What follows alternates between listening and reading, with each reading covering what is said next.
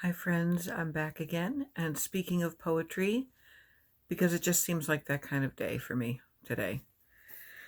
Um, and speaking of broadsheets, this broadsheet was gifted to me by none other than Billy Collins, the former poet laureate of the United States, whom I consider a friend, someone I actually hung out with for a while several years ago when we lived in the same town and sort of ran in the same literary circles. Which I say, of course, with a grain of salt because he's Billy Collins and I'm not, but I had the audacity to um, show him my poetry. And I was a waitress, and he used to come into the coffee shop where I worked, and he knew that I knew how he liked his blueberry muffin and his coffee. So we struck up a friendship, and we talked about poetry and things like that. And he used to come in and read my poems and critique them and give me books and gifts and things that were signed and by other poets and himself, of course. And one day before I moved from New York to Connecticut, before I moved back again, he gave me a broadsheet of his poem, Dancing Towards Bethlehem, and I'd like to read it. And also, a dear friend of mine took it upon himself to take this poem and professionally frame it for me. And I love this frame because it's kind of African inspired in its design. And it's just really cool. I can't wait to hang it.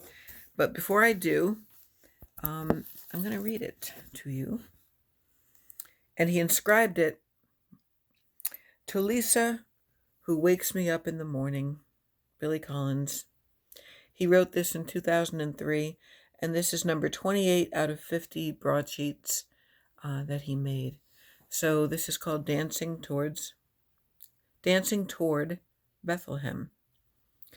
If there is only enough time in the final minutes of the 20th century for one last dance, I would like to be dancing it slowly with you.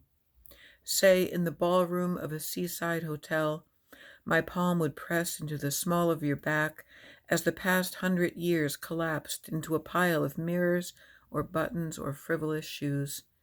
Just as the floor of the 19th century gave way and disappeared in a red cloud of brick dust, there will be no time to order another drink or worry about what was never said.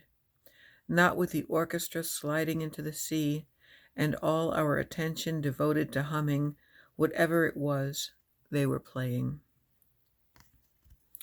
So, yeah, poem by Billy Collins from 2003. And this is destined to be a cherished and treasured item in my book and poetry and art collection, really. So, thanks for listening.